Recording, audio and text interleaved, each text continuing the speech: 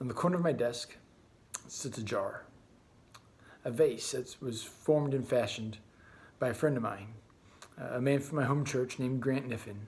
He was a local high school art teacher and football coach, and he made this for me and gave it to me on the day of my ordination.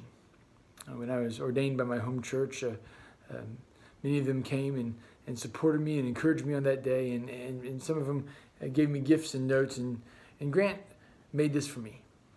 And in it, he put a card, and in that card, he wrote out a portion from Paul's letter to the Corinthians, his second letter to the Corinthians. In 2 Corinthians chapter 4, Paul says that we have this treasure in jars of clay to show that its power is from God and not from us.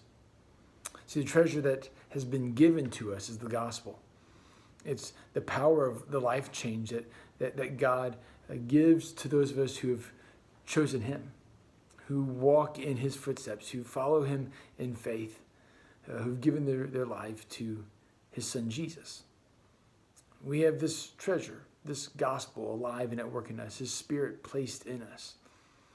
And we're just earthen vessels. We're just jars of clay. We're frail, we're fragile, we break easily. We are also handcrafted. Our Father is handcrafted. He's made us just as we are. So not one of us is alike. We each have different strengths and different weaknesses, different opportunities, different abilities. We all look different. Some are tall and skinny. Some are not. And so, some are shaped. Some are shaped like this vessel, and others are shaped differently. But what God's put in us, is his power, alive and at work because of the gospel of Jesus that he's given to us through his son and through faith in him. And he puts it in us and displays it through us to show that the power is not from us. We're not capable, we're not able, it's not our own doing that saves us and makes us right. But it's his power, it's his spirit.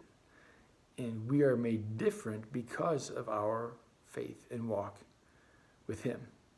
So as we think about making an impact in our world, in our community, in the world around us, we need to remember that the power to accomplish that is not because of us, because it's the power of God alive and at work in us and through us. And he chooses to work through humans. Not that we made much of, but that much be made of him.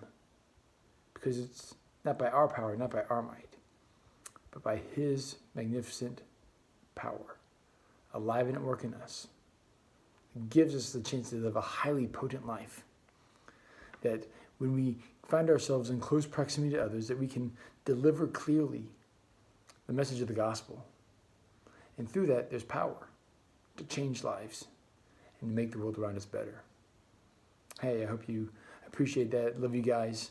I miss seeing you, miss being around you. Hopefully we get to see each other soon. Hopefully we'll be back together shortly. But until then, I love you and I'm praying for you guys, and hope to see you real soon.